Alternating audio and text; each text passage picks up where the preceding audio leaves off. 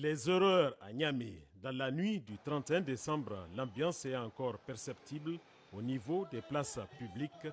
Des jeunes venus des 4 coins de la capitale se retrouvent sur ces lieux pour immortaliser ces moments festifs marquant le nouvel an du calendrier grégorien 2023.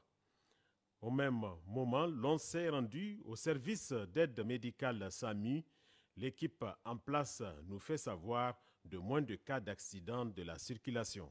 Nous avons commencé à avoir des appels d'accidents de la voie publique à partir de 21h.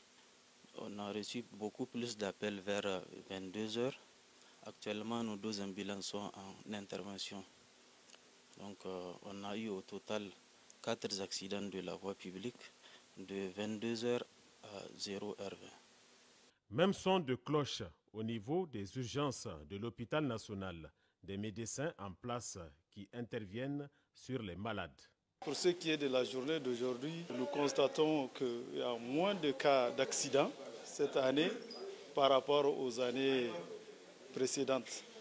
J'espère que c'est une bonne chose pour nous et aussi pour la population aussi qui a pris acte de la sensibilisation.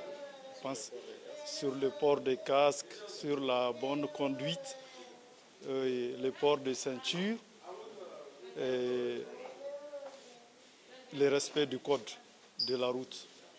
Dans certaines églises, les fidèles s'adonnent aux prières, aux louanges du Christ dans une ambiance de joie et de gaieté.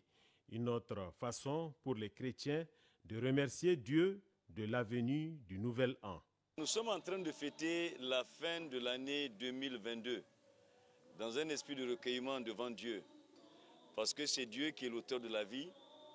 Et si nous avons pu vivre depuis le 1er janvier de cette année jusqu'en ce dernier jour de 31 décembre, ce n'est pas un mérite personnel lié à nos propres forces, mais c'est simplement la grâce de Dieu dans nos vies.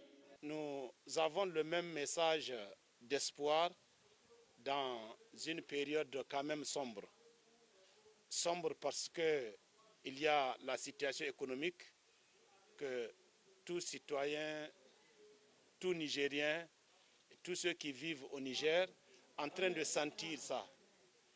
Et c'est mondial, ce n'est pas que le Niger. C'est une situation venue et nous partageons cette souffrance avec toutes les personnes qui en souffrent. Mais en même temps, nous avons un message d'espoir pour chaque personne, puisque Jésus disait, vous tous qui êtes chargés et fatigués, venez à moi et je vous donnerai du repos. Qui parle de fin d'année parle de bilan, et qui parle de nouvelle année aussi parle de plan d'action, parle de nouvelle vie, parle de nouvelles projections.